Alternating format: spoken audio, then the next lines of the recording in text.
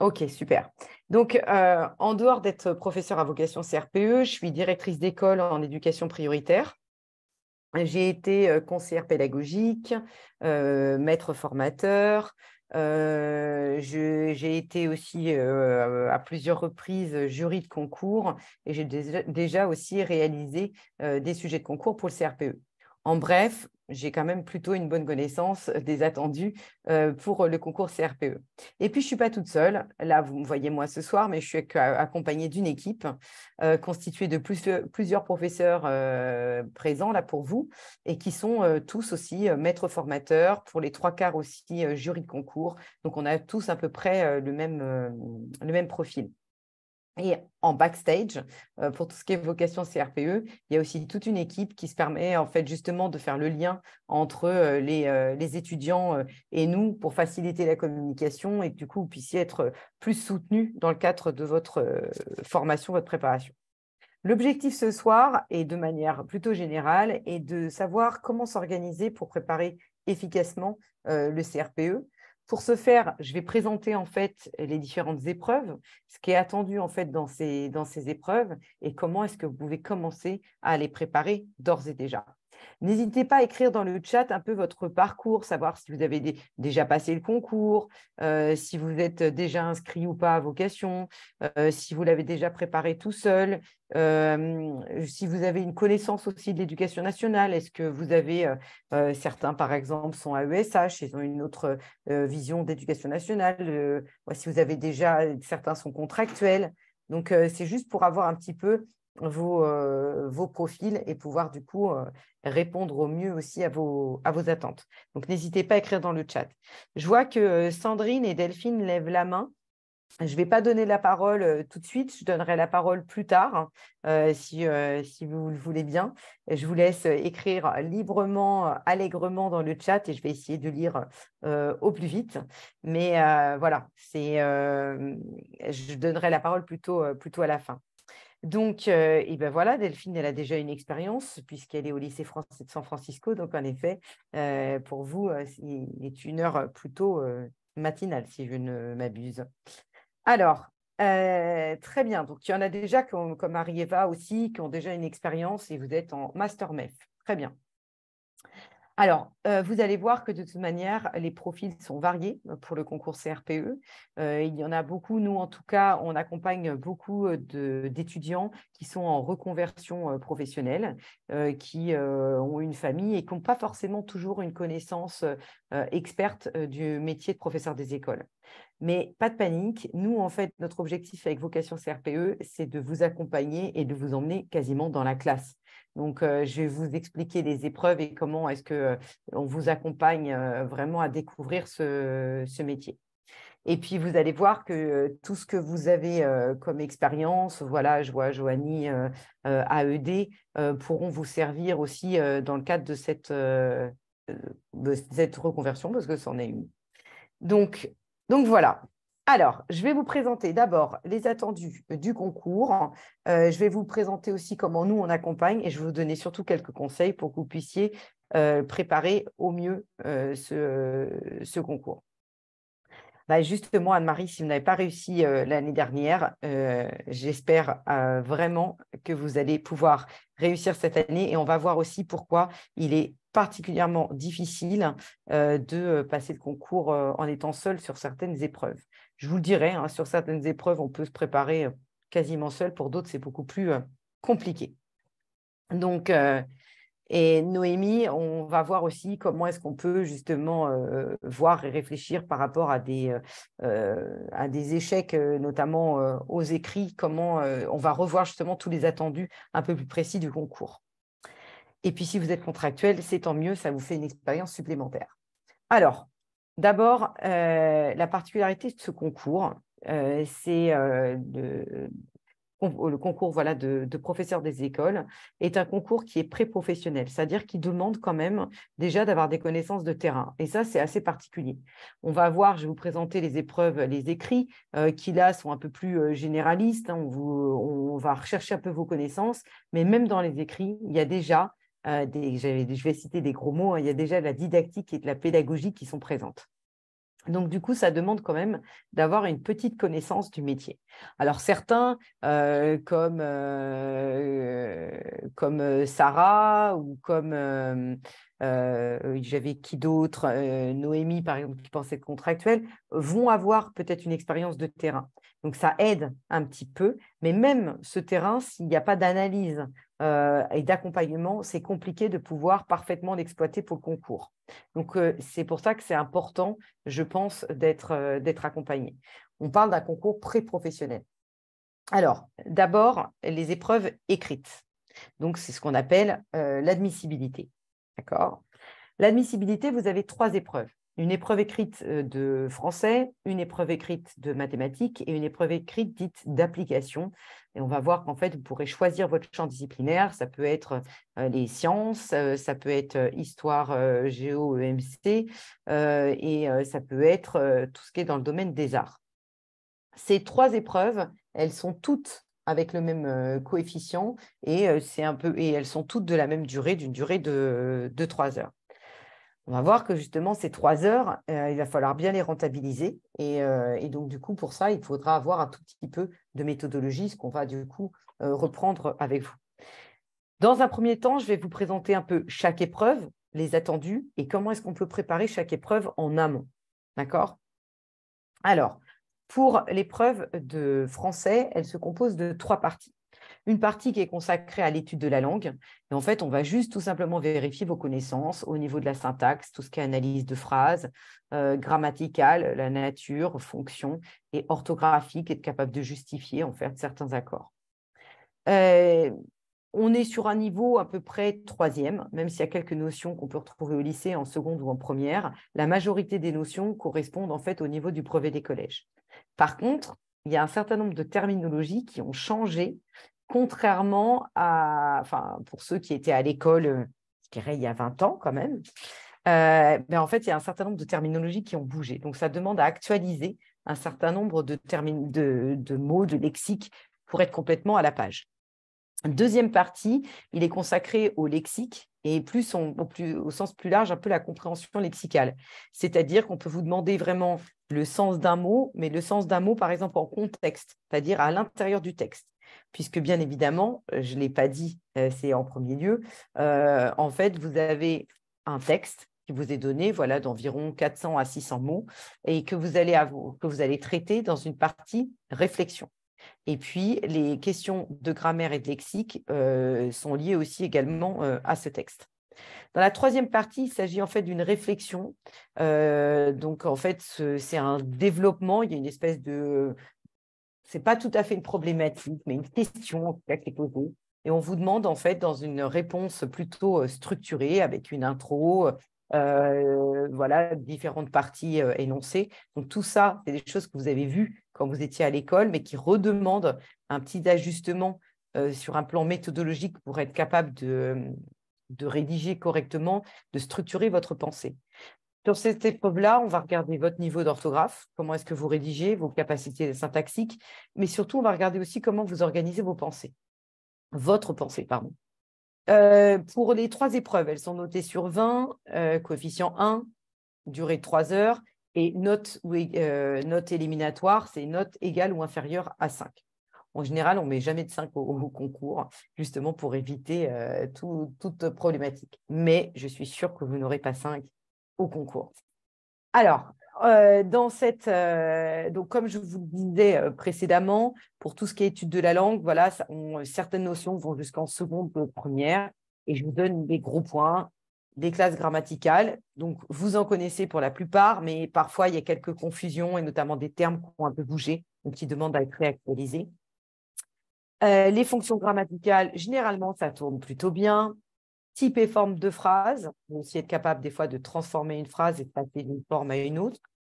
Et puis, généralement, ça vous pose un petit peu de difficulté, c'est tout ce qui est proposition subordonnée, la concordance des temps et parfois la transposition du discours direct en indirect ou du discours indirect en discours direct. Voilà. Mais on va dire que pour cette épreuve, pour être honnête, vous pourriez quasiment vous préparer seul.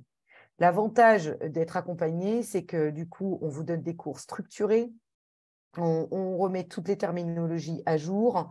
Vous n'êtes pas tout seul, vous êtes dans le cadre d'un groupe et ça vous permet en fait d'avoir une régularité dans votre préparation.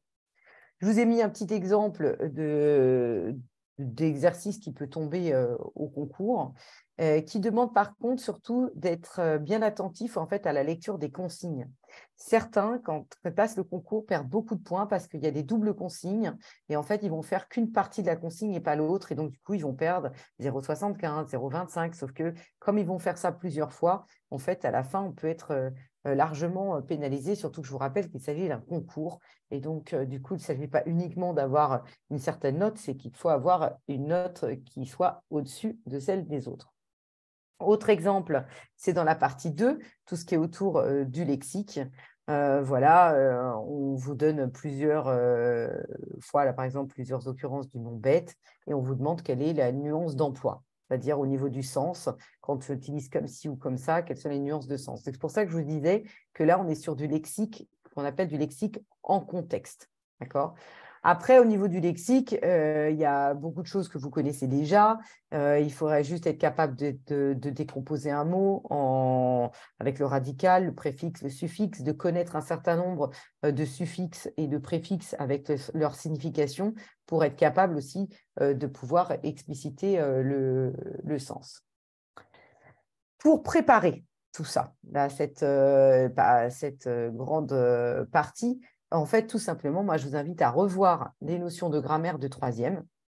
Pour ce faire, vous pouvez soit prendre un ouvrage de troisième, hein, vous pouvez l'emprunter à la bibliothèque, juste un manuel de troisième, et faire un certain nombre d'exercices. Vous pouvez aussi également regarder, hein, il y a des vidéos, notamment des vidéos éducation nationale de l'UMNI, qui reprennent un certain nombre de ces notions grammaticales et qui peuvent vous permettre aussi de vous entraîner. Il y a même des quiz qui peuvent être faits. Pour tout ce qui est analyse de phrases, en fait, moi, je vous invite, notamment si vous vous inscrivez chez Vocation CRPE, à revoir, à voir les vidéos de Vocation qui vont vous permettre en fait de bien vous préparer en amont, de vous familiariser avec les terminologies et de pouvoir éventuellement vous entraîner. Maintenant, pour les parties suivantes. Celle-là, c'est généralement ce qui vous inquiète le plus, c'est tout ce qui est rédactionnel, parce que la particularité aussi de cette épreuve, c'est que certes, vous avez une question un peu parfois problématisée, on peut s'appuyer sur le texte, mais il est très bien perçu de la part des jurys de voir aussi vos connaissances littéraires, de faire appel aussi à d'autres courants, à d'autres auteurs, et puis surtout d'être capable d'expliciter un peu tous les procédés littéraires utilisés par l'auteur. Ça demande quand même une bonne réactualisation, une connaissance des figures de style, connaître un peu mieux les outils d'analyse face au récit, la particularité des types de textes en fait. Le texte poétique, le texte théâtral, on a un vocabulaire spécifique pour tout ça. Pour toute cette épreuve, en fait, vous êtes accompagné par Élodie, qui est professeure de français en fait, au collège et qui vous prépare avec vraiment justesse. En plus, pour vous accompagner, elle a fait un certain nombre de vidéos sur les courants et les mouvements littéraires. Donc, ça vous permet en fait d'avoir en condensé une synthèse de l'humanisme, du baroque, sous format vidéo. Les 3/4 en fait, du temps, vous avez un cours en live comme on a là, et vous avez vu, je peux vous lire dans le chat, ce qui vous permet de poser des questions en direct. Et puis, vous avez un certain nombre de supports aussi qui sont en vidéo. Et donc, du coup, vous pouvez les voir quand vous voulez. Ça vous permet d'avoir vraiment une adaptabilité pour vous organiser, tout simplement. Et puis après, ça vous permet des fois de voir le cours en amont, puisque vous pouvez regarder la vidéo, et après en cours, de poser les questions qui en découlent. Et en cours, revenir et puis revoir ces différentes notions. Et là, c'est vraiment un gros travail qu'a mené Élodie pour vous accompagner et avoir ce plus. Parce que quand on prépare tout seul, ça, ce n'est pas forcément évident. Et on peut se noyer dans 1 milliard d'informations. Après, pour vous rassurer, vous ne passez pas l'agrégation de français. Donc, on n'attend pas non plus un niveau d'expertise extrême par rapport à la langue française et aux différents courants littéraires. D'accord ? Alors, pour réviser cet été, Donc, comme je vous l'ai dit précédemment, vous pouvez revoir avec des manuels de troisième les notions de grammaire et surtout voir voilà, un certain nombre d'éléments par rapport à l'analyse de phrases. Vous pouvez revoir aussi tout ce qui est les procédés littéraires, les figures de style. Comme je vous indiquais, vous pouvez voir des vidéos sur Lumni, puisqu'il y a des vidéos qui sont très bien faites, très courtes, sur un certain nombre de notions, et puis du coup faire des petits quiz de niveau troisième. Et puis bien évidemment, si vous êtes inscrit à Vocation CRPE, je vous invite à voir toutes les vidéos sur les courants littéraires pour la culture générale et qui vous permettront aussi de mieux rédiger vos intros, avoir la phrase d'accroche pour l'intro, parce que souvent c'est ça qui bloque. C'est pas évident de commencer la rédaction. Ça ne sert à rien d'aller non plus trop loin. Il faut aussi vous profiter de vos vacances. C'est important, en fait, c'est de travailler régulièrement. Et c'est tout l'avantage d'être accompagné, c'est que du coup, on vous donne une planification de votre travail. Et promis, le jour de l'épreuve, vous êtes prêt. Je vais vous expliquer après comment on vous accompagne dans le cadre de Vocation CRPE. Une fois que vous avez passé l'épreuve de français, maintenant, on vient à l'épreuve de mathématiques. Pour certains, l'épreuve de mathématiques, c'est la panique en se disant j'y arriverai pas. Il y en a certains qui pensent du coup ne pas avoir du tout la bosse des mathématiques, qui pensent que c'est leur bête noire. Alors d'abord, je tenais à vous rassurer sur un point. C'est qu'en fait, tout ce que vous allez aborder là dans le cadre de la préparation au concours, vous allez revoir en fait des notions de troisième en mathématiques. Vous allez voir qu'avec la maturité, quand on revient sur ces notions-là, en fait, on y arrive vraiment mieux. Pour être honnête, moi, j'étais vraiment pas bonne en maths. C'était vraiment ma bête noire. Et comme un certain nombre de candidats, il faut être honnête. Et en fait, là, le fait de bien décortiquer en fait les notions, pour ça, vous allez être accompagné en fait par Stéphanie et puis pour certains cours par Patrice. Vous allez voir que tout est bien décortiqué et on revient et on a Vocation CRPE fait aussi des vidéos de remise à niveau. C'est-à-dire pour ceux qui ont vraiment besoin d'un renforcement un peu plus en mathématiques, de revoir les notions. En fait, il y a des vidéos qui sont faites exprès pour reprendre les notions de manière un petit peu plus découpée. Et promis, Jessica, Jessica le dit aujourd'hui, en fait, on revoit les mathématiques complètement autrement et vous allez voir qu'il y a des choses qui d'un coup vont vous paraître limpides et vous n'allez pas comprendre, tiens, mais pourquoi je n'ai pas compris ça en fait en quatrième? Peut-être parfois en quatrième, il y a une immaturité encore par rapport aux mathématiques et il y a des notions qui vous paraissent un peu trop complexes. Entre-temps, il y a plein de choses qui ont bougé, vous allez voir que c'est tout à fait accessible. Alors, les thématiques qui sont abordées en maths, elles sont diverses. Vous avez en gros des grandes thématiques. Vous avez la numération qui est large, hein, avec tout ce qui est multiple, comparaison, encadrement. Il y a plein de choses que vous savez déjà.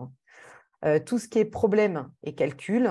Alors, c'est sûr qu'il faut revoir un peu les puissances, les racines carrées. Mais tout ça, c'est de l'entraînement. Et une fois que c'est bien expliqué, on rentre dedans. Ce qui pose un peu plus de problèmes de temps en temps pour certains, c'est tout ce qui est proportionnalité. Mais pareil, hein, une fois qu'on a les techniques, ça rentre. Les mesures, il faut tout simplement connaître un certain nombre de formules, hein, des périmètres, R. Et puis, ce qui souvent était la bête noire d'un bon nombre de candidats, c'est tout ce qui est autour de la géométrie, notamment avec les fameux théorèmes de Pythagore et de Thalès qui là vont vous être expliqués, décortiqués. Vous allez voir que ce n'est pas si compliqué que ça. Et puis, vous allez revoir tout ce qui est équation, inéquation et probabilité.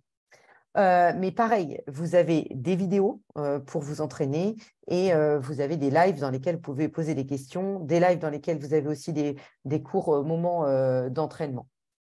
Que ce soit en maths ou en français, avec Vocation CRPE, en fait, vous avez des devoirs aussi. Au début, on ne rentre pas direct dans des concours blancs avec des épreuves qui sont trop importantes. Donc, vous avez des devoirs qui vous permettent d'avoir un petit retour et déjà de vous stimuler un peu, de vous entraîner et d'avoir un retour direct sur votre travail. Et puis après, vous avez 2 concours blancs dans l'année qui vous permettent justement de le faire un peu comme dans les conditions de l'épreuve. On vous donne un temps, le temps imparti, c'est à vous de le respecter ou pas.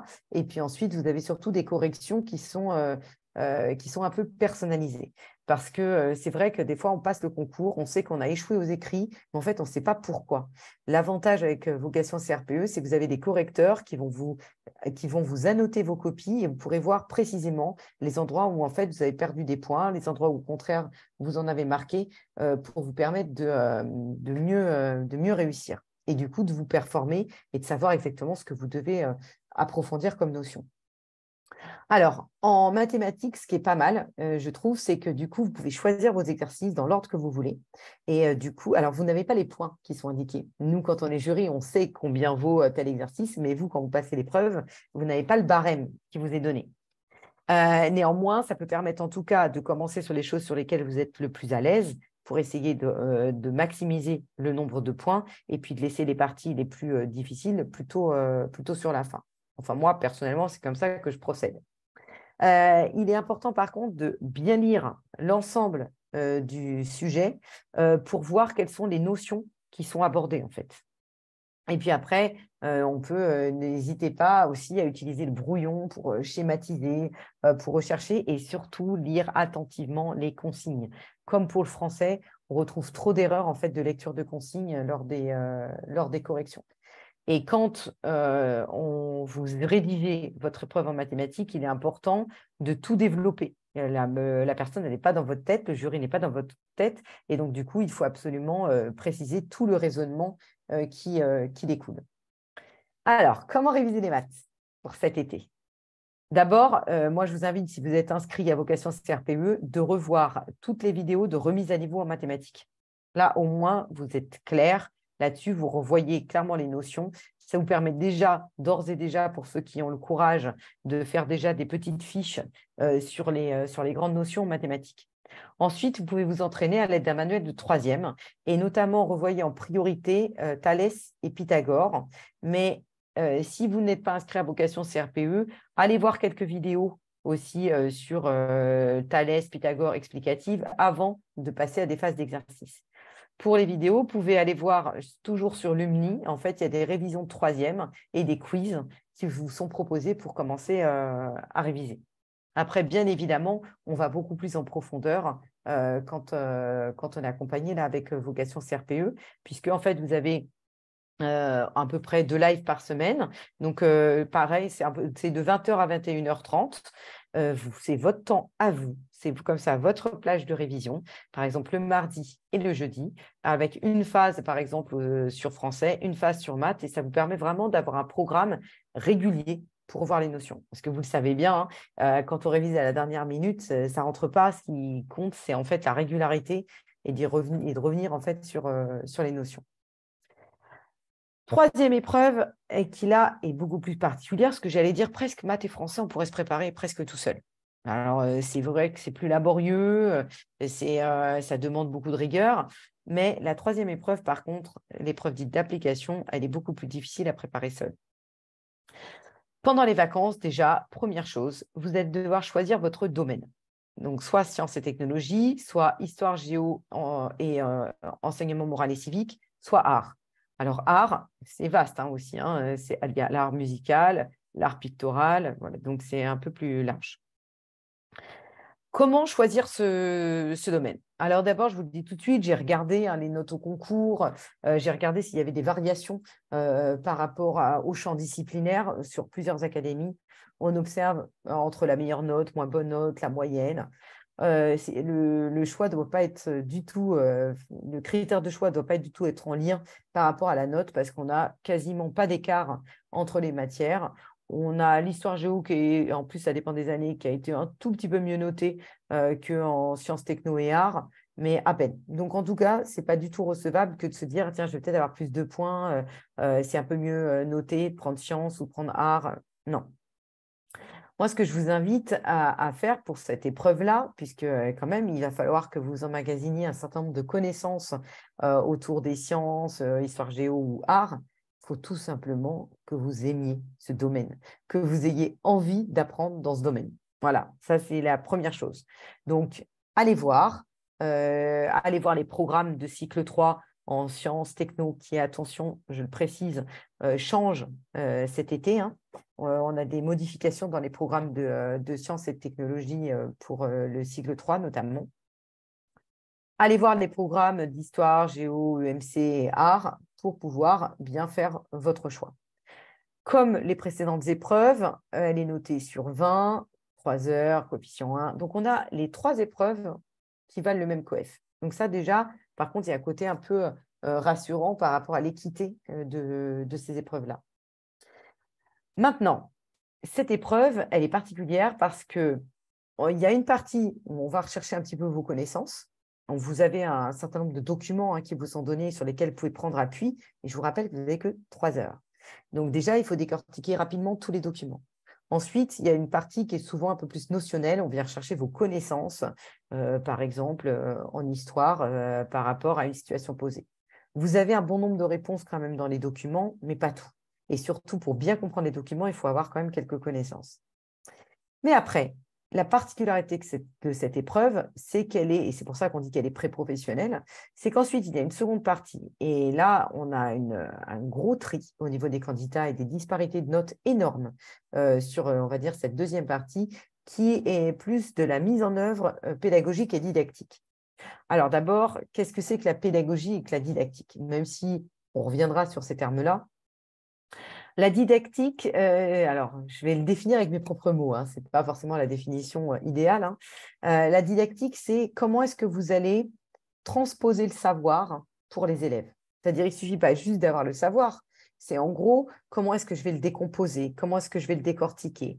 Est-ce que j'ai imaginé les différentes erreurs par lesquelles les élèves vont passer, par quelles difficultés, quels obstacles les élèves vont rencontrer dans l'acquisition de telles notions. En gros, la didactique, c'est ça. La pédagogie, je le comparerais à la mise en scène, pour ceux qui apprécient le théâtre. La pédagogie, c'est vraiment l'art de la mise en scène. C'est-à-dire, est-ce que je vais les mettre par groupe de 2, par groupe en classe entière, par groupe de 4 est-ce que là, je vais faire ça à l'oral, à l'écrit? Quelle trace je vais garder? Quelle est la place du maître? Est-ce que là, il va être descendant? Est-ce que là, il va circuler? Est-ce que là, il va redonner une aide? Tout ça, que ce soit la didactique ou la pédagogie, c'est extrêmement difficile de se préparer seul. C'est-à-dire que même si on vous donne un ouvrage avec des fiches de séance qui sont toutes faites dans les domaines, l'analyser parce qu'on vous demande non seulement de dire ce que vous allez mettre en œuvre, mais pourquoi. Donc, ça demande quand même une part d'expertise, d'analyse. Et là, il me paraît quasiment indispensable d'être accompagné. C'est tout à fait ce que Joanie l'indique dans le cadre du chat. Parfois, on a les notions, on peut même être vraiment un expert en histoire et ce n'est pas pour autant qu'on va cartonner sur cette épreuve parce que la transposition didactique auprès des élèves est plus compliquée. Voilà. Donc, alors, juste, je lis en même temps là, dans vos chats. Est-ce qu'on a les 3 domaines au cours du Master MEF? Alors ça, je ne sais pas, Élise, parce qu'en plus, ça dépend en fait des INSPE. Je ne sais pas et je pense qu'en général, on vous incite à faire un choix parce que tout préparer, c'est vraiment compliqué. Moi, Jessica, je ne vous invite pas forcément à anticiper toute cette matière cet été parce que peut-être ça fait trop en plus. Par contre, je vous invite à vous positionner sur un choix. Commencez juste à regarder pour savoir sur quel domaine vous allez plutôt vous lancer. Ça, je pense que par contre, c'est plutôt important. J'avais par contre une autre question auquel je n'ai pas répondu. Alors, j'avais vu la question et là, je ne la vois plus apparaître. Alors, est-ce qu'il faut préparer 2 matières si jamais un sujet ne vous inspire pas? Jade, ce serait idéal, mais ça me paraît extrêmement difficile de pouvoir préparer correctement 2 champs disciplinaires. C'est quand même assez lourd au niveau des notions. Du coup, j'ai peur que vous soyez perdu, pour être honnête. Donc, ça me paraît un petit peu compliqué. Voilà, c'est mon opinion, mais voilà. Moi, je vous inciterai plutôt à privilégier un domaine à fond, parce que déjà, rien que quand on prend l'histoire, on a l'histoire, la géographie, l'EMC. Voilà. Donc, voilà, il y a Angélie qui vous a répondu. elle, là où elle prépare en master, elle a des cours dans les 3 domaines. Moi, je vous invite quand même à en prioriser un dans votre tête. Après, à vous de voir, hein, mais la préparation du concours, elle est quand même relativement conséquente. Pour se préparer, pour ceux qui le souhaitent, dans le cadre de cette épreuve d'application. D'abord, comme je vous l'indiquais précédemment, cet été, c'est choisir son domaine. Ensuite, voilà, ce qui est attendu, c'est qu'en fait, c'est être capable d'exploiter les documents aussi. Alors, bien sûr, nous, à Vocation CRPE, on vous accompagne, on vous donne de la méthodologie sur l'analyse de documents, comment est-ce qu'on le présente, comment est-ce qu'on peut l'exploiter, comment est-ce qu'on peut relier un document à un autre pour en faire une synthèse. Et surtout, on vous accompagne sur un plan pédagogique, quel type d'activité on peut mettre en œuvre avec des élèves face à tel ou tel document. Comment est-ce qu'on peut ouvrir sur d'autres champs disciplinaires? Voilà, on vous amène vraiment peu à peu à préparer la classe. En plus de cours de préparation, là pour, par exemple, histoire, géo ou sciences, vous aurez accès à un certain nombre de vidéos, justement, sur la séance, sur la séquence. Je ne sais pas si tout le monde est au clair sur la notion de séance ou la notion de séquence, mais en plus, il y a savoir en gros ce que c'est qu'une séance et une séquence, et puis être capable de la construire. Donc là, on vous donne, au travers de vidéos, on vous explique exactement toutes les petites étapes. Alors, juste pour vous expliquer simplement ce que c'est qu'une séance et une séquence, je vais vous faire une petite figure de style un petit peu simple. C'est qu'en fait, en gros, je vais prendre, bon, vous connaissez tous les séries, hein, d'accord? Donc, sans faire de pub, une série Netflix, hein, par exemple. Bah, la séquence, ce serait l'ensemble de la série, on va dire la saison 1, OK? Et la séance, ce serait chaque épisode. En gros, une notion, elle va être décomposée en fait en différentes séances avec des objectifs extrêmement précis. À l'intérieur de chaque séance, on va avoir des petites étapes en fait avec les élèves qui sont et chacune de ces étapes en fait a un sens. Et pour tout ça, on vous accompagne et on vous fait des vidéos justement des vidéos didactiques qui explicitent ce que c'est qu'une séance, une séquence, comment on prépare la classe, voilà le rôle de l'enseignant et tout ça. Oui, il peut y avoir, il y a Delphine qui me pose la question, est-ce qu'il peut y avoir du cycle 1 au concours? Oui, oui, oui, il peut y avoir du cycle 1. Alors, c'est vrai que nous, on balaye toutes les notions vraiment jusqu'au cycle 3 et, et il y a même des notions un petit peu de cycle 4, mais vous pouvez tomber sur une mise en œuvre en cycle 1, tout à fait, Delphine. Et on aborde tout avec vous, hein. Donc, pour vous accompagner, comme je vous l'indiquais là précédemment, voilà, on vous accompagne sur la notion de séance. Pour les vacances, mais plutôt, j'avoue, c'est plutôt au fil de l'année, on va voir en fait quelle progression on peut avoir. Est-ce que tel ou tel document, c'est plutôt pour quel niveau de classe? Comment est-ce qu'on peut en faire? Comment est-ce qu'on peut évaluer face à telle ou telle notion, comment est-ce qu'on peut construire une séquence, comment est-ce qu'on peut réinvestir aussi telle séance dans la séance suivante. Et on vous accompagne aussi à avoir une meilleure connaissance des programmes, parce que là, vous allez peut-être les lire et les découvrir cet été, ce que je vous invite à faire, juste les lire. Vous allez voir une fois qu'on travaille, vous allez relire les programmes complètement différemment. On va vous accompagner aussi voilà, sur des travaux d'élèves. C'est ce que je vous disais, on vous amène un petit peu en classe et on vous montre des supports d'élèves. D'ailleurs, au concours, vous pouvez avoir des exemples de supports d'élèves et du coup des remédiations qui peuvent être mises en œuvre par rapport à des travaux d'élèves. Alors, comment préparer cette épreuve cet après-midi? Non, pas cet après-midi, pardon, cet été. Donc, vous pouvez voir déjà toutes les vidéos Vocation CRPE qui vous permettent vraiment de réactualiser vos connaissances. Je vous invite grandement à lire les programmes scolaires dans le champ disciplinaire que vous avez choisi. Et puis, bien évidemment, emprunter et analyser des manuels de cycle 3 pour voir comment est-ce que c'est traité, quelles questions on pose aux élèves, quels sont les documents qui sont choisis. Et voilà. Et surtout, cet été, avoir choisi son domaine. Alors, il y a Katie qui me demande, il y a un cours en sciences jeudi, venant de m'inscrire, est-il judicieux de faire ce cours? Vous pouvez toujours aller voir, ça vous permet d'avoir la forme, Katie, la forme du cours. Après, sans vous mettre la pression, puisque de toute manière, tout va être vu ensuite dans le cadre de la préparation. Parce que nous, on y va pas à pas. Donc, il ne faut pas que ça vous fasse paniquer. D'accord? Alors, maintenant, j'en ai terminé avec les écrits. On va dire que vous avez réussi brillamment les écrits. En tout cas, vous avez passé le seuil de l'admissibilité pour aller vers l'admission.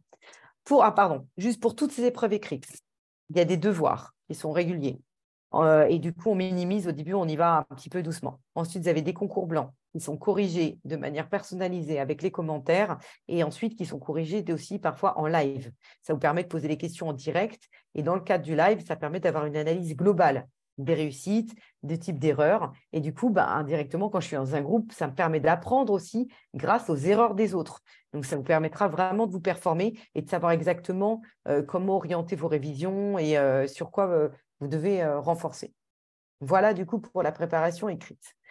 Ensuite, vous avez réussi les écrits et on passe, du coup, aux oraux. C'est surtout sur les oraux. Clairement, là, on est dans du pré-professionnel. Vraiment, vraiment. Et là, il y a vraiment un attendu assez exigeant sur votre capacité à vous projeter dans une classe.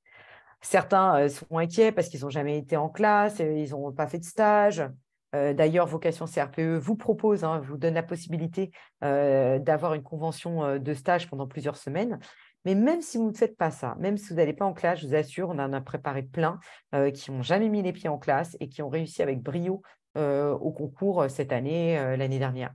Parce que notre objectif, c'est vraiment de vous amener au maximum en classe. Notamment pour l'épreuve dite la leçon.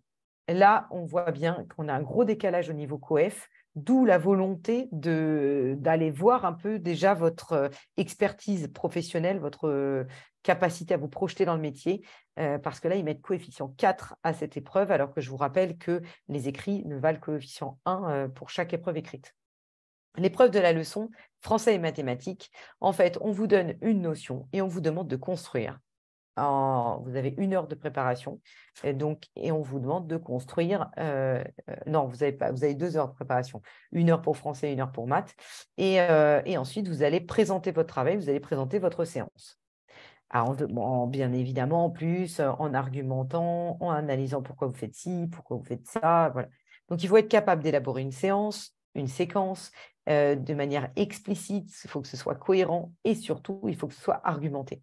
Donc, en fait, nous, on vous apprend une nouvelle langue qui est la langue de la pédagogie, langue de la didactique, parce qu'il y a plein de mots bien spécifiques.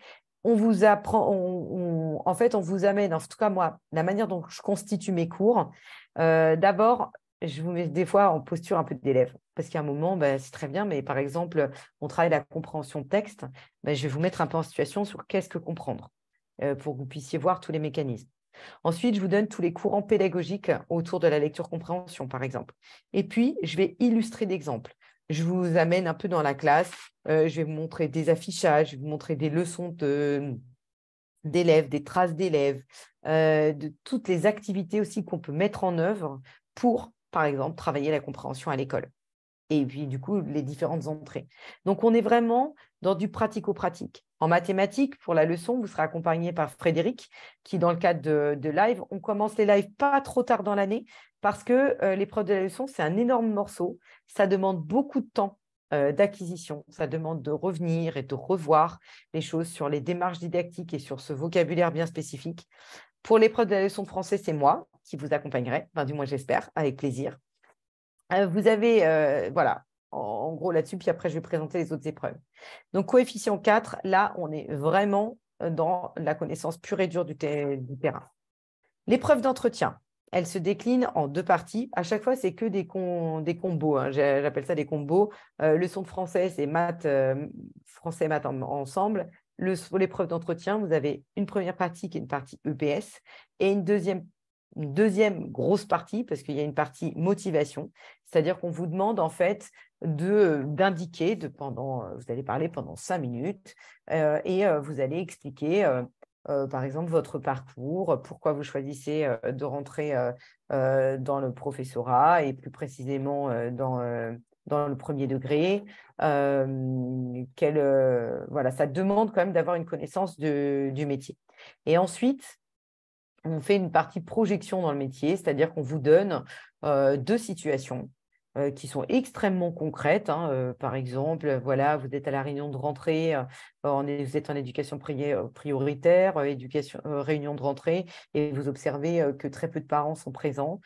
Quelles actions pourriez-vous mener avec l'ensemble de l'équipe éducative pour renforcer la relation école-famille? Voilà, c'est vraiment du pratico-pratique. Mais rien que là, quand je vous expose le cas, je vous dis déjà plein de gros mots et je le sais. Qu'est-ce que c'est exactement que l'équipe éducative? Qu'est-ce que c'est exactement la relation école-famille? Qu'est-ce qu'une réunion de rentrée? Quel est l'objectif? Donc, pour toutes ces questions-là, on vous accompagne à la connaissance du métier au travers d'un certain nombre de lives, de vidéos. Pour la partie motivation, vous serez accompagné par Guillaume, qui vous accompagne aussi à décortiquer un peu votre parcours, notamment pour tous ceux là qui sont en reconversion professionnelle. Parfois, certains ne sont pas du tout du même univers. On a préparé, par exemple, des candidats qui étaient dans le domaine financier, banquier. Et en fait, on a été rechercher avec, nous, on a la connaissance, on sait ce qui est attendu en fait en tant que professeur des écoles. Et puis, on peut s'appuyer en fait sur comment ça s'appelle, le référentiel de compétences du professeur des écoles. Et on va vous aider à décliner toutes les forces que vous avez acquises dans votre expérience professionnelle qui peuvent vous servir dans le cadre de votre futur métier en tant que professeur des écoles. Voilà, donc pour ça, vous êtes accompagné par Guillaume. Et puis surtout, on vous dit aussi très rapidement les trucs à ne surtout pas dire. Par exemple, moi, je voudrais passer le concours professeur des écoles parce que c'est vraiment pour ma vie de famille et pour les vacances. Voilà. Même si effectivement, c'est un métier qui facilite quand même l'organisation familiale, vous ne pouvez pas donner ça comme argument pour devenir professeur des écoles, évidemment. En première partie de cette épreuve d'entretien, on démarre par de l'EPS. Alors, l'EPS, c'est aussi hyper pratico-pratique. C'est-à-dire, on vous dit, voilà, vous observez, vous êtes dans une classe en cycle 3, natation scolaire, vous observez que les élèves se déplacent à la verticale. Et donc, du coup, ils ne basculent pas en posture horizontale dans le cadre de leur déplacement. Que pourriez-vous mettre en œuvre pour répondre à cette problématique? C'est du terrain de chez terrain. Pour là aussi, en EPS, c'est moi qui vous y prépare, accompagné aussi de Frédéric. Et là, on vous donne quasiment tout clé en main. C'est-à-dire, on vous définit en fait chaque APSA, on vous donne les activités qui en découlent, on vous apprend à argumenter, à justifier, on vous donne quasiment toutes les intros. On vous aide beaucoup aussi en leçon maths et français au travers d'intros, de conclusions, pour que vous puissiez être le plus efficient le jour J. Parce que là, vraiment, vous allez apprendre un peu une nouvelle langue. Et justement, puisque je parle des langues, il y a une épreuve facultative qui est langue étrangère ou langue régionale. Vocation CRPE aussi vous y prépare. Là, j'avoue, je ne connais pas trop. Voilà, mais ça, du coup, si vous avez plus de questions, n'hésitez pas à contacter Vocation CRPE à ce sujet. Alors après, préparer ces épreuves-là tout seul, très honnêtement, ça me paraît extrêmement difficile. Parce que vous ne pouvez pas lire tous les ouvrages de didactique en français ou en maths. C'est-à-dire que même nous, formateurs, on ne les a pas tous lus. Donc, c'est très dense. Savoir exactement analyser pourquoi est-ce que là, je vais les mettre en binôme ou à plusieurs. Comment est-ce que je fais pour différencier? Comment est-ce que je fais de la remédiation? C'est plein de termes et c'est assez complexe. Donc, du coup, il me semble extrêmement difficile de se préparer tout seul pour les oraux. C'est mon opinion. En tout cas, quand on est jury, on voit vraiment la différence entre ceux qui l'ont préparé de manière accompagnée et ceux qui l'ont fait tout seul. Parce que même si des fois, vous allez dans les classes, par exemple, certains sont à ESH ou alors contractuels un peu plus parce qu'ils préparent vraiment leur classe. Vous avez un regard sur ce qui se passe en classe, mais vous ne savez pas exactement pourquoi l'enseignante a fait ce choix-là, pourquoi est-ce qu'il y a telle transition, pourquoi est-ce qu'il y a telle partie dans la séance. Et donc, du coup, sans être accompagné, c'est compliqué d'expliciter vos démarches et d'argumenter de manière pertinente. Alors, comme je vous indiqué précédemment, là, on est vraiment sur de l'épreuve pratique. On va voir justement si vous êtes capable capable de construire des apprentissages qui sont progressifs. Est-ce que vous savez décomposer un peu le savoir? Est-ce que vous êtes capable d'argumenter? Est-ce que c'est explicite? Et donc, pour tout ça, vraiment, on vous fait rentrer par la petite porte et on vous fait rentrer en classe. On vous montre des supports d'élèves, des affichages, vraiment des exemples clés en main. On vous entraîne aussi à faire vivre des situations et après, on vous fait passer aussi des oraux blancs. Et pour les oraux blancs, ce que je trouve top, c'est que vous êtes en fait par groupe de 5. On vous propose, par exemple, de préparer 4 sujets. Donc, ça vous permet, par exemple, de voir, désolé, je vais parler du français qui est un peu plus mon domaine, de voir, par exemple, un sujet en lecture, un sujet en production d'écrit, un sujet en étude de la langue. Voilà. Et donc, du coup, vous allez tous préparer ces différents sujets. Vous allez tomber sur un. Mais du coup, après, vous allez entendre, écouter les autres passer. Donc, ça vous permet, en fait, de tout réviser de manière combinée. Vous passez exactement avec les mêmes modalités de l'épreuve, sauf que vous avez en plus toute l'analyse donnée en direct par le formateur qui vous dit vos points de force, qu'est-ce qui serait encore à réviser, à réajuster. Voilà. Donc, ça, je vous invite aussi à passer ces oraux pas trop tard, ces oraux blancs, pour avoir le temps de remédier à ces difficultés. Parce que certains, ils veulent le faire très, très proche de l'épreuve, mais du coup, c'est dommage parce que ça ne laisse pas assez de temps pour réajuster ensuite. Donc, voilà pour les épreuves orales, c'est des lives, des vidéos. Les lives aussi sont tous enregistrés, vous pouvez les revoir autant que vous voulez. Et puis, des oraux blancs. On organise aussi des stages après pour ceux qui le souhaitent. Donc là, je vais passer un petit peu vite sur cette épreuve-là, puisque je vous en ai quand même bien parlé. Donc, c'est 2 heures de préparation, dans l'idéal, 1 heure pour français, 1 heure pour maths. Et puis ensuite, vous commencez par 30 minutes de français, 30 minutes de maths, avec des questions ensuite posées par le jury. Mais il faut être capable quand même de parler 10 à 15 minutes sur la présentation de votre séance. Donc, ça demande quand même d'avoir une intro bien construite et d'être capable de bien réviser. Et le tort, en fait, de certains candidats, comme le dit aussi Joanie, c'est qu'en fait, très souvent, les candidats, ils sont centrés sur les écrits et ils n'ont quasiment pas vu les oraux. Et après, en fait, vous avez 15 jours, 3 semaines entre le résultat des écrits et les oraux. Et c'est vraiment, vraiment, vraiment insuffisant. Mais c'est clair, c'est insuffisant pour réussir les oraux. Les oraux se préparent bien en amont parce que ça demande vraiment beaucoup d'anticipation.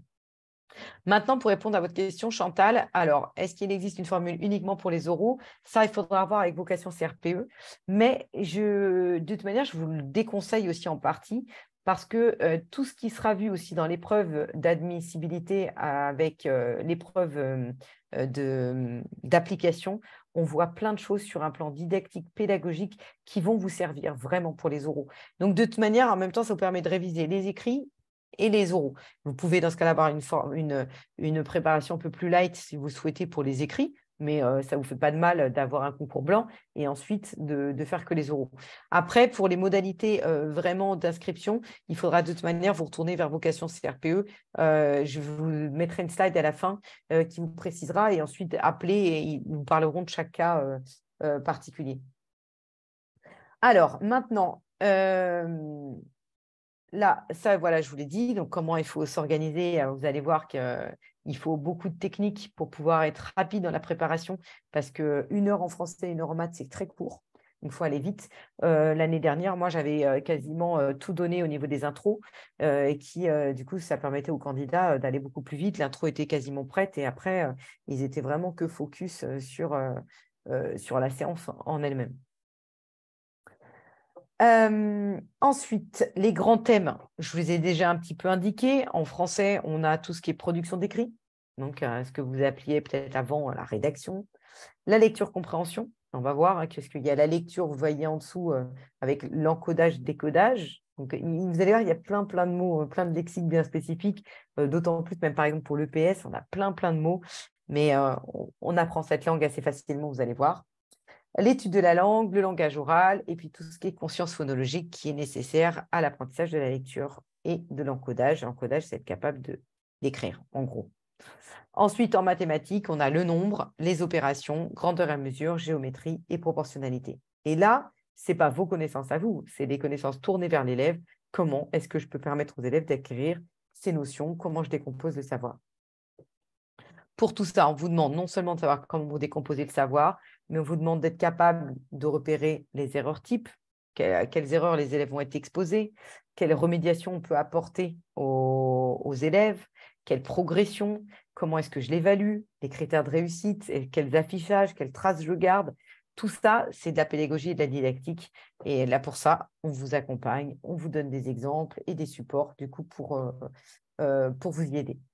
On revient aussi, et ça, on le voit aussi dans le cadre de la préparation aux écrits avec l'épreuve d'application, les différentes modalités de groupement, c'est-à-dire comment est-ce que j'organise ma classe, la gestion du temps, combien de temps je consacre à ci ou à ça. Et ça, on le voit complètement dans l'épreuve d'application aussi. La posture de l'enseignant. Est-ce qu'il circule, il ne circule pas? Comment est-ce qu'il relance la parole? Comment est-ce qu'il se positionne? Le style d'enseignement, est-ce que je suis sur l'enseignant constructiviste? Est-ce que je suis dans un enseignant plutôt descendant? Voilà. La place des élèves dans les apprentissages. Et on vous donne aussi en bonus des vidéos pour voir quelle est la place du numérique à l'école. Comment est-ce qu'on peut exploiter le numérique aussi auprès des élèves. Alors, comment se préparer? Alors, d'abord, on va y aller doucement puisque, en fait, il y a plein de choses qu'on va voir ensemble. Ça ne sert à rien de revoir toutes les vidéos en amont, ça serait beaucoup trop long. Et en plus, c'est important qu'on puisse vous guider pas à pas, adapter le langage pour pas que vous soyez perdus. Par contre, moi, je vous invite à lire attentivement les programmes. Je vous invite aussi à regarder les vidéos de vocation CRPE sur séance, séquence, évaluation et différenciation. Et vous les regarderez là. Et puis après, plus tard dans l'année, je vous dirai, regardez à nouveau les vidéos parce que vous allez voir que vous aurez un autre regard aussi. Et puis, vous pouvez aussi, pour vous préparer, aller voir sur Eduscol. D'ailleurs, Eduscol peut servir aussi à préparer les écrits, notamment pour l'épreuve d'application. Alors, sur les programmes de l'école élémentaire, vous tapez tout simplement sur Google, pour pas faire sur n'importe quel moteur de recherche, vous tapez programme cycle 3 français, programme cycle 2, voilà, et vous aurez tout en fait. Tout est sur Internet.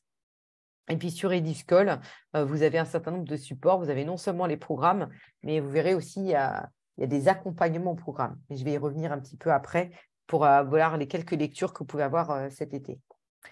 Pour l'épreuve d'entretien, hein, vous savez, alors la partie EPS, je vous invite à ne pas réviser pour l'instant. Voilà, ça, on le verra ensemble, toutes ces notions.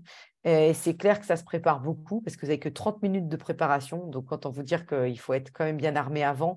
Mais vous allez voir qu'une fois qu'on a compris la démarche, ça rentre et ça fonctionne super bien. Moi, beaucoup de candidats sur la partie EPS sont 10 sur 10. Donc, vraiment, c'est tout à fait possible de rafler bon nombre de points sur cette partie. Mais ça ne sert à rien de commencer maintenant. Ce que vous pouvez faire, par contre, pour maintenant, c'est tout ce qui est autour de la connaissance du métier. Vous pouvez commencer déjà à lire des choses, à vous inscrire au café pédagogique pour voir un certain nombre d'articles aussi défiler, vous tenir un petit peu au fait de l'actualité autour de l'éducation nationale, mais surtout commencer à préparer la partie plus sur votre présentation, en fait, sur votre motivation à devenir enseignant et essayer de lister un peu tout ce que vous avez appris pour l'instant dans votre parcours. Qu'est-ce qui vous motive à devenir enseignant? Qu'est-ce qui vous attire dans ce métier? Comment est-ce que vous représentez ce métier aussi, même si après, vous allez voir que ça va évoluer. Il y a beaucoup d'étudiants qui ont bougé leur manière de voir l'enseignement au fil des lives, en fait, parce qu'on vous fait découvrir le métier beaucoup plus en profondeur. Mais ce n'est pas grave. Cet été, commencez, même au brouillon, à noter comme ça les petits points, qu'est-ce qui vous attire, qu'est-ce qui vous fait peur aussi, et puis surtout, quelle expérience générale vous avez acquise jusqu'ici qui pourrait peut-être vous servir dans le cadre de votre futur métier. Parce qu'on a la classe, mais on a aussi le travail en équipe, la relation avec les parents. Il y a vraiment plein de choses. Je suis sûre que vous avez plein de qualités qui vous permettront d'être un bon enseignant. Et vous pouvez tout à fait valoriser votre parcours. D'ailleurs, je vous le dis, dans l'éducation nationale, on aime beaucoup les gens aussi en reconversion professionnelle parce qu'ils ont une maturité, parce que vous avez une connaissance indirectement du monde du travail et de ce vers quoi on doit former aussi nos élèves. Donc, du coup, c'est vraiment des profils qui nous intéressent. Donc, cet été, commencez à faire maturer un petit peu tout ça. Puis après, vous serez accompagné par Guillaume qui pourra vous aider là-dessus. Pour tout ce qui est connaissance du métier, de toute manière, on reviendra là-dessus sur qu'est-ce que c'est que les cycles, la politique des cycles. Là, pour tout ce qui est connaissance du métier, je vous accompagnerai au travail de live et de vidéo et je vous ferai en fait tout un historique sur pourquoi est-ce qu'on est dans les cycles des apprentissages, comment c'est né, quand on parle d'éducation prioritaire, qu'est-ce que c'est, pourquoi, comment est-ce que c'est né, comment ça a évolué, quel est le vocabulaire spécifique. Donc ça, on vous accompagne, mais on ne va pas vous surcharger cet été, hein. Il s'agit aussi, après, vous allez vivre un petit marathon, hein, préparer un concours, c'est un marathon.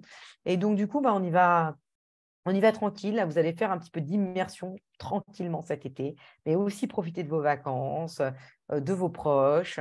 Et puis ensuite, en fait, si vous nous rejoignez, nous, on vous prend par la main. Et puis, alors certes, il y a le travail personnel, il y a votre engagement, mais en tout cas, on vous guide dans toute la programmation et la planification de votre travail de manière annuelle.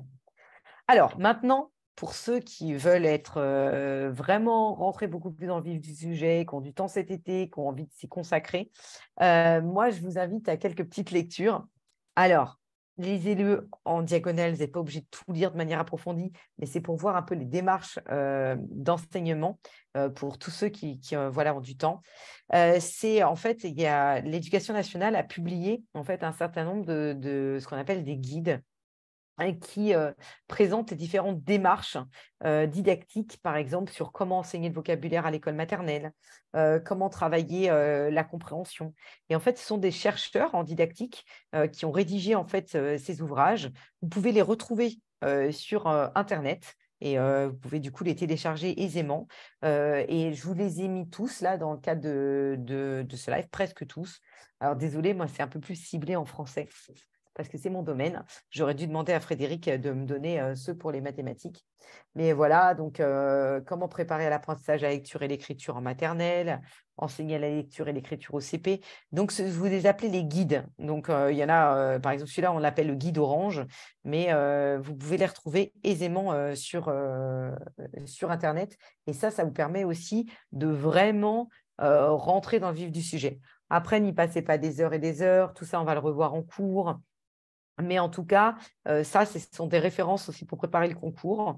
Et donc, dans l'année, n'hésitez pas aussi à revenir dessus.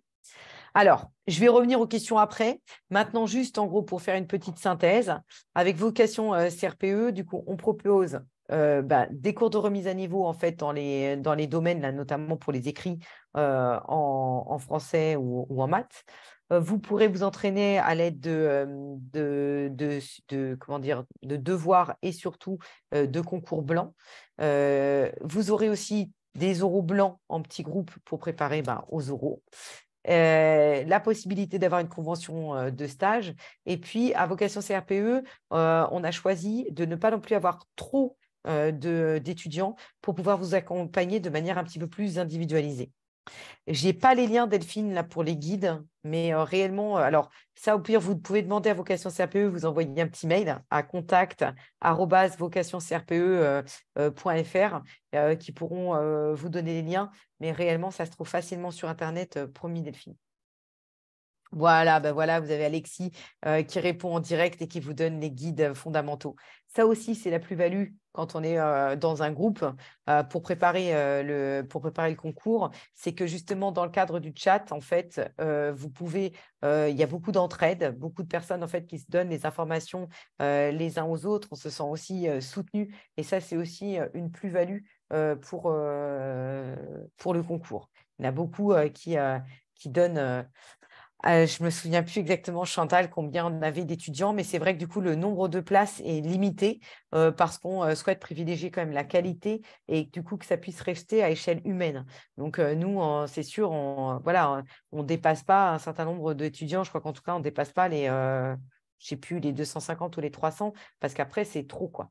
Donc, on veut vraiment essayer de pouvoir vous accompagner au mieux et que vous ayez du coup une formation la plus efficiente possible. Alors, avec vocation CRPE, vous n'avez que des formateurs de terrain. Donc, on a tous un métier à côté. On est tous jury de concours, maître formateur, directeur d'école. Donc, ça veut dire on a vraiment une connaissance des attendus. On est à jour aussi au niveau actualité éducation nationale. Comme je vous l'indiquais, vous êtes dans une promotion à taille humaine. Ça vous permet voilà, d'être dans un groupe, de vous sentir un petit peu soutenu. On sait que tous, vous avez à côté soit le master, une famille, un travail.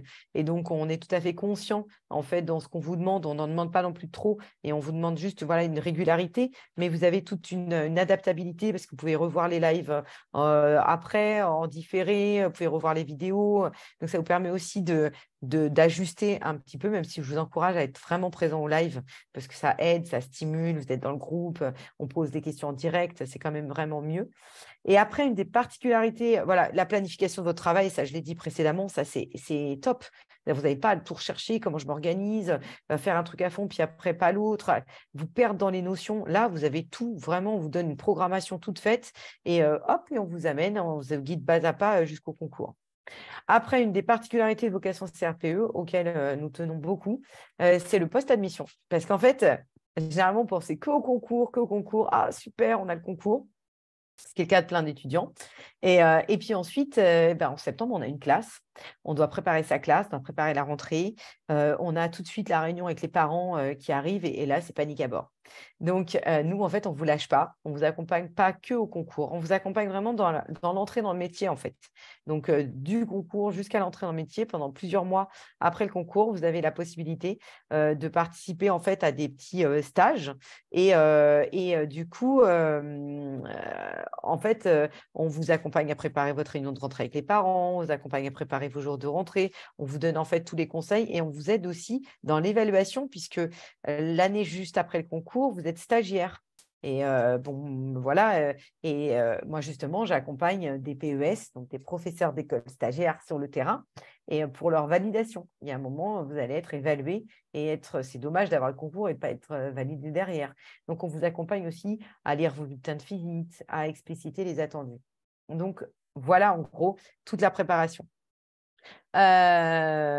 Alors oui, Delphine, merci de le rappeler. Il faut aussi valider l'attestation du CPR et de natation pour le concours. Voilà.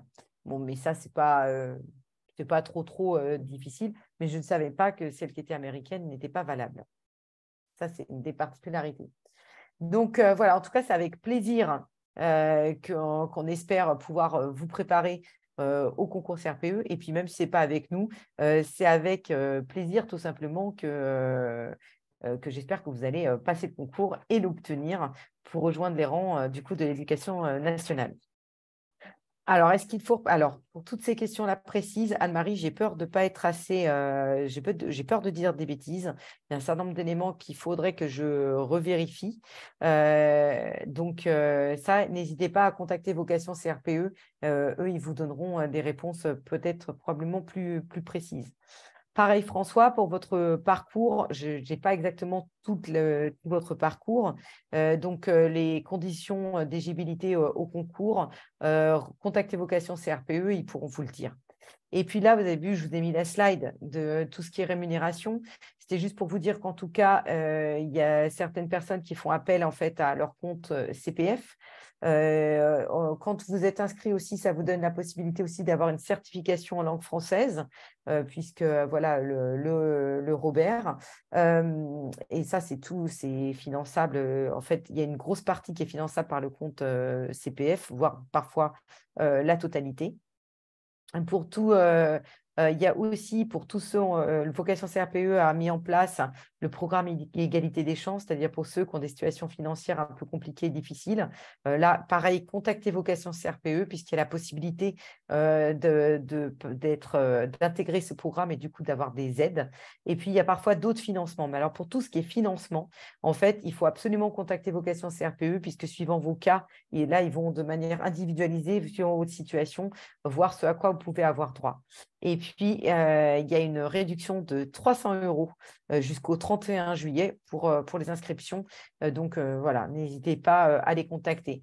À titre personnel, je ne suis pas calée sur tout ce qui est financement parce que ce n'est pas mon domaine. Donc, n'hésitez pas vraiment à les contacter parce qu'au cas par cas, ils pourront vous dire quelle est la réponse, ils vous aident en fait dans le montage financier. Donc, voilà. Delphine, puis-je le faire avec un décalage horaire de 9 heures? Alors, il faudra calculer. Alors déjà, vous pourrez tout revoir en replay sans aucun problème. Pour tout ce qui est session d'oraux, justement, on placera des heures qui vous correspondent pour que ça puisse coller. Et après, les lives, ils sont en France à 20 heures jusqu'à 21h30. Donc, je n'ai pas fait le calcul. Donc, pour vous, ce sera en heure plutôt matinale, si je ne m'abuse. Mais a priori, ça pourrait peut-être être jouable. Donc, là, je vous laisse du coup faire les calculs. Mais de toute manière, même au pire, si vous ne pouvez pas assister vraiment au live en direct, vous pouvez avoir accès ensuite à toutes les vidéos en replay. Voilà, désolée, j'ai parlé un peu vite, je vous ai donné pas mal d'informations.